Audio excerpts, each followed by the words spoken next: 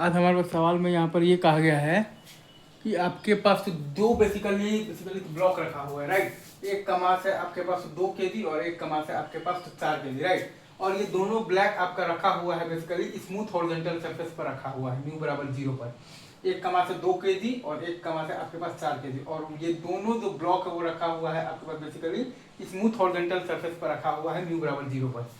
और दोनों basically spring से जुड़ा हुआ है, और शुरू में स्प्रिंग आपके पास कैसा है बेसिकली तो नेचुरल लेंथ में है।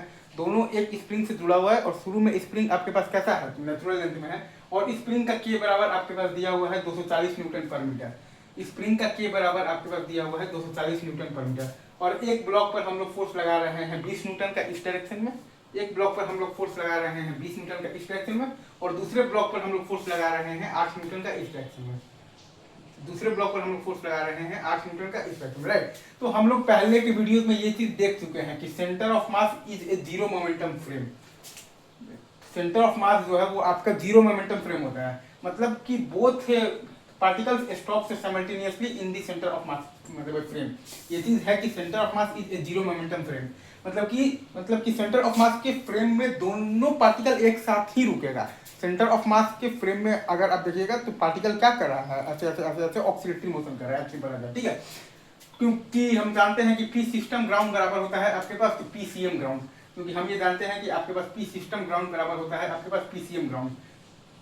तो P system with respect to the centre of mass बराबर आ जाता है आपके पास 0, ठीक है, ये चीज है।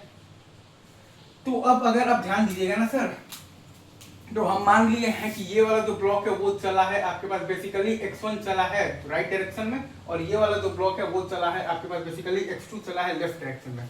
हमने ये माना है कि ये वाला जो ब्लॉक है वो आपके पास बेसिकली x1 चला है इस डायरेक्शन में, और ये वाला जो ब्लॉक है वो आपके पास x2 चला है इस डायरेक्शन में, ठीक है। तो अगर आप निकालिएगा ACM, तो ACM बराबर आपके पास क्या आता है एफ नेट एक्सटर्नल और बाई एम। ACM अगर आप निकालिएगा तो आपके पास क्या आता है एफ नेट एक्सटर्नल और बाई एम। तो 20 - 8 और बाई एम है आपके पास बेसिकली क्या है 4 + 2, 20 - 8 और बाई 6 तो 2 मीटर पर सेकंड स्क्वायर आ गया है बेसिकली इधर की तरफ। तो चूंकि हम लोग सेंटर ऑफ मास फ्रेम में काम कर रहे हैं, तो सूडो फोर्स लगाएंगे तो ये पार्टिकल पर लगेगा सूडो फोर्स बेसिकली लगेगा ऐसे लगेगा तो 4 न्यूटन, और ये पार्टिकल पर सूडो फोर्स लगेगा 8 न्यूटन ऐसे। ये पार्टिकल पर सूडो फोर्स लगेगा 4 न्यूटन ऐसे, और ये पार्टिकल पर सूडो फोर्स लगेगा 8 न्यूटन ऐसे। तो अब अगर आप सेंटर ऑफ मास के फ्रेम में अगर आप ध्यान देगा तो 8 न्यूटन और 4 न्यूटन, तो 12 न्यूटन इधर लग रहा है ये पार्टिकल पर, और 20 न्यूटन और 8 न्यूटन, तो 12 न्यूटन इधर लग रहा है इस पार्टिकल पर। अगर आप सेंटर ऑफ मास के फ्रेम में ध्यान देंगे तो 12 न्यूटन इधर लग रहा है इस पार्टिकल पर, और 12 न्यूटन इधर लग रहा है इस पार्टिकल पर। 12 न्यूटन इधर लग रहा है इस पार्टिकल पर, और 12 न्यूटन इधर लग रहा है इस पार्टिकल पर। अगर आप सेंटर ऑफ मास फ्रेम में ध्यान दीजिएगा तो 12 न्यूटन इधर लग रहा है इस पार्टिकल पर, और 12 न्यूटन इधर लग रहा है इस पार्टिकल पर। अगर आप सेंटर ऑफ मास फ्रेम में ध्यान देंगे तो 12 न्यूटन इधर लग रहा है इस पार्टिकल पर, और 12 न्यूटन इधर लग रहा है इस पार्टिकल पर। और सेंटर ऑफ मास के फ्रेम में अगर आप देखिएगा तो इनिशियल आपके पास काइनेटिक एनर्जी क्या है 0 है।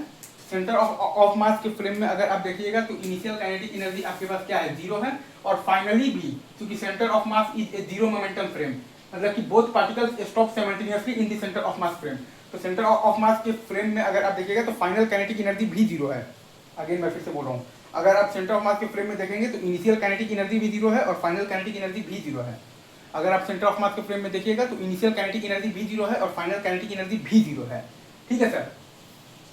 तो सेंटर ऑफ मास के फ्रेम में अगर आप निकालिएगा तो वर्क डन बाय दी जो है ना बेसिकली स्प्रिंग फोर्स, और प्लस तो वर्क डन बाय दी तो ये 12 न्यूटन वाला फोर्स, इसका सम 0 है। तो यहाँ से आप निकालिएगा तो आपके पास आ जाएगा 12 × x1 और प्लस x2, और ये बराबर होना चाहिए बेसिकली तो work done by the spring force के मैग्नीट्यूड से 12 × x1 + x2 ये आपका बराबर होना चाहिए। तो work done by the spring force के मैग्नीट्यूड से जो कि है आपके पास हाफ इंटू के क्या है आपके पास बेसिकली के दिया हुआ है 240 न्यूटन और पर मीटर, तो 240 × x1 + x2 का होल स्क्वायर, तो x1 + x2 बराबर आ गया है आपके पास 0.1 मीटर, ठीक है। तो मैक्सिमम एलोंगेशन जो है ना आपके पास बेसिकली स्प्रिंग में, राइट, मैक्सिमम एलोंगेशन इन दी स्प्रिंग का आपके पास वैल्यू आ गया है बेसिकली क्या आ गया है 0.1 मीटर। आई गेस आप ये पूरा सवाल बहुत अच्छे से समझ गए होंगे। इसको अपन कहते हैं कि सेंटर ऑफ मास फ्रेम में सवाल को सॉल्व करना, राइट।